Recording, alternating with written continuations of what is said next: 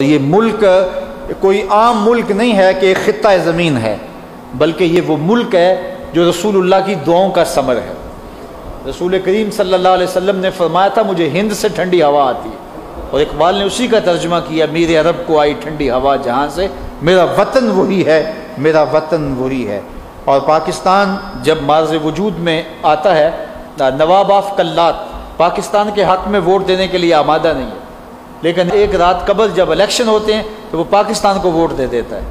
تو کسی نے اس کو پوچھا خاندان کے افراد میں سے کہ تم تو پاکستان کے حق میں نہیں تھے، تو راتوں رات تبدیلی کیسے ہوئی؟ تو کہا کہ مجھے رسول کریم خواب میں ملے اور حضور نے ارشاد فرمایا ہے کہ ووٹ پاکستان کو دینا ہے۔ تو پاکستان کو کوئی کیسے توڑ سکتا ہے؟ پاکستان کے صوبے بھی حضور کی مرضی سے بنے ہیں۔ جب 65 کی جنگ لگی ہے تو جو حضور کے روضہ کے آس پاس مجاورین تھے، خادم تھے، ان میں سے ایک خادم نے دیکھا کہ حضور روضہ انور سے باہر تشریف لا رہے ہیں اور جنگی لباس حضور نے پہنا ہوا ہے اور تلوار حمائل کی ہوئی ہے اور حضور کے ساتھ اصحاب ہیں۔ تو میں نے کہا میرے ماں باپ آپ پہ قربان ہو، اس وقت اس حالت میں آپ کہاں جا رہے ہیں؟ تو حضور نے ارشاد فرمایا ہندوستان نے پاکستان پہ حملہ کر دیا ہے، میں مدد کے لیے جا رہا ہوں۔ اور کہتا ہے کہ میں نے جو ہے وہ پھر 2-4 دن بعد جو ہے وہ خبر ہم موصول ہوئی کہ پاکستان کے اوپر واقعی حملہ ہو گیا اور اللہ تعالیٰ نے پاکستان کو کامیابیاں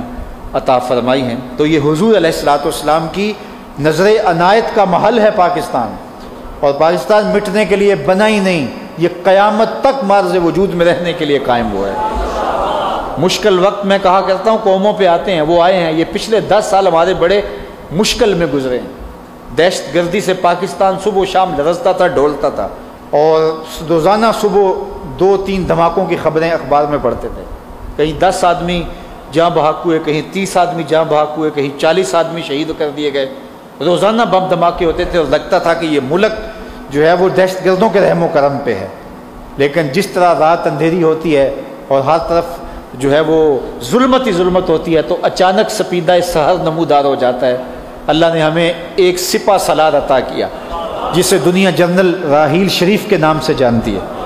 اور اس نے الحمدللہ دہشت گردی کی جڑیں اکھاڑ کے رکھ دی۔ اب دہشت گرد چھپنے کی جگہ تلاش کر رہے ہیں، اور ان کو نہ اپنے مدرسوں میں اور نہ اپنی تنظیموں میں، نہ غار و کوہ میں کہیں بھی کوئی جائے امان نہیں مل رہی، اور ضرب عذب کا کوڑا برس رہا ہے اور دہشت گردوں کو ملیا میٹ کر رہا ہے، اور انشاءاللہ پاکستان کا گند صاف ہو رہا ہے، اور انشاءاللہ سیاسی گند بھی صاف ہوگا، کرپشن بھی ختم ہوگی، پاکستان میں نظام محمد کے سویرے طلوع ہوں گے انشاءاللہ،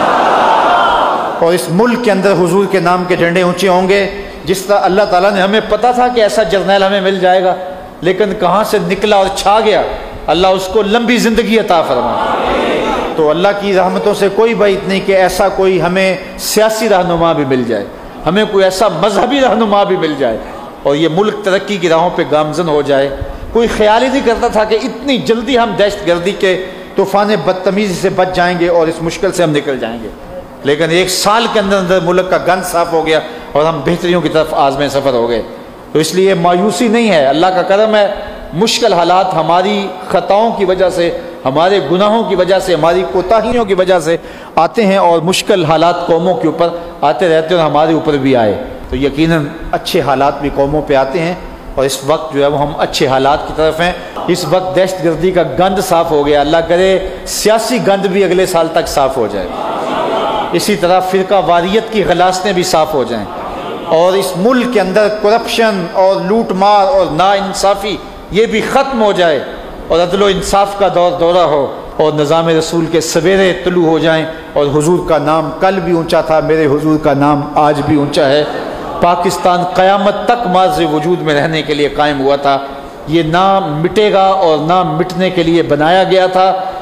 لاکھوں لوگوں کی قربانیاں اور لاکھوں لوگوں کا خون اس کی بنیادوں میں پڑا ہوا ہے، اور یہ پاکستان قیامت تک قائم رہے گا، اور اس پاکستان سے نظام رسول کے سویرے طلوع ہوں گے۔ اسلام کو عروج ملا تھا، اسلام کا آغاز ہوا تھا تو مدینہ الرسول اور مکہ المکرمہ سے ہوا تھا، اور قرب قیامت میں جب اسلام کی نشأت ثانیہ ہوگی تو اس کا بنیادی پلیٹ فارم پاکستان ہوگا انشاءاللہ۔ یہاں سے عساکر جائیں گے، لشکر جائیں گے، اور ترکی ساتھ ملے گا، اور حضرت عیسیٰ کی افواج کے ساتھ شامل ہوں گے، اور کائنات کے اندر کوئی ایک جگہ بھی نہیں ہوگی، ایک جگہ بھی نہیں ہوگی جہاں اسلام کا جھنڈا نہیں ہوگا، اور کائنات کے ہر گوشے میں، ہر کونے میں، ہر ڈھلوان پہ، ہر چوٹی پہ، ہر پہاڑ پہ، ہر چھت پہ صرف ایک جھنڈا ہوگا، اور وہ میرے رسول کا جھنڈا ہوگا، اور ہر طرف اسلام کا اور توحید کا بول بالا ہوگا، اور اس میں بنیادی کردار پاکستان کو نصیب ہوگا۔ اس لیے پاکستان صرف ایک خطہ زمین کے طور پہ ہی ہمیں محبوب نہیں ہے،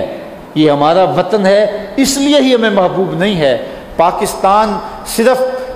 ساکنان پاکستان کا ہی قلعہ نہیں ہے، یہ اسلام کا قلعہ ہے،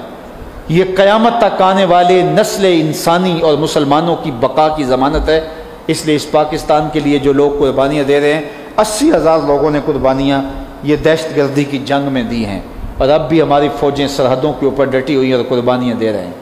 ہم پاک فوج کو سلام پیش کرتے ہیں، محبتوں کا سلام پیش کرتے ہیں، اپنے سپہ سالار کو سلام پیش کرتے ہیں، اور انہیں کہتے ہیں کہ منزل کی طرف بڑھتے رہو، یہ ساری قوم تمہارے ساتھ ہے۔